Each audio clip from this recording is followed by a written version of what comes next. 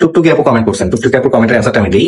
Mainly ব্যাপারটা হচ্ছে যে আগের ঘটনা আর পরবর্তী ঘটনা আমাদের মিথ্যা বলার ভিতরে যদি বলে থাকেন, সেই ব্যাপারটা একটাই ছিল যে আগের বারও দোষটা আমি করছিলাম, বাট সেখানে প্রেজেন্টেবলটা এমন হয়েছে যে আমার কারণে তিশা নিজের ঘাড়ে দোষটা নিয়ে নিছিল, যে ও আমাকে জিনিসটা করাইছে। সো আমি ব্যাপারগুলো তুলতেই চাচ্ছি না, তাই আমি এইভাবে অ্যান্সারটা দিলাম।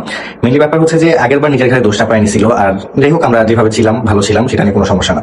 কিন্তু মেইনলি ব্যাপারটা হয়েছে কি, এখন যে ব্যাপারটা হয়েছে এই জিনিসটা ও আগেও মানতে পারে নাই, এখনো মানতে পারে নাই, প্রত্যেকবারই হচ্ছে জোরপূর্বক একটা ব্যাপার ছিল যে জিনিসটা আমার দিক থেকে।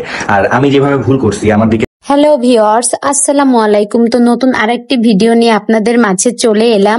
আমাদের আহাদ ভাই কিন্তু তার কিছুদিন আগে যে বিয়েটা নিয়ে অনেক কিছু হয়েছে সে বিষয়টি নিয়েই কিন্তু আজ মুখ খুলেছে। হ্যাঁ, সে লাইভে এসে তার বিয়ের বিষয়টি ক্লিয়ার করছে।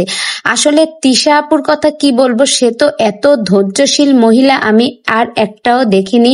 তার জায়গায় যদি অন্য কেউ হতো তাহলে হয়তো আহাদ ভাইকে এইভাবে মেনে নিতে পারতো না। আহাদের এইসব বাদরামি শুধু একমাত্র তিশাই মেনে নিতে পারে, আর সেই সহ্য করতে পারে, এই রকম কিন্তু আর অন্য কেউই পারতো না।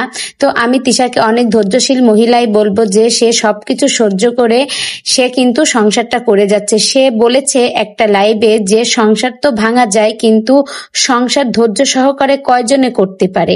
তো তিশার কথাটা আমিও সাপোর্ট করি। তো ভিউয়ার্স, এই ভিডিওটিতে আহাদ ভাই যে কথাগুলো বলেছে সেইগুলো নিয়ে আপনাদের কি মতামত প্লিজ কমেন্ট করে জানাবেন। আর ভিডিওটি ভালো লেগে থাকলে একটা লাইক করে আমার পাশেই থাকবেন।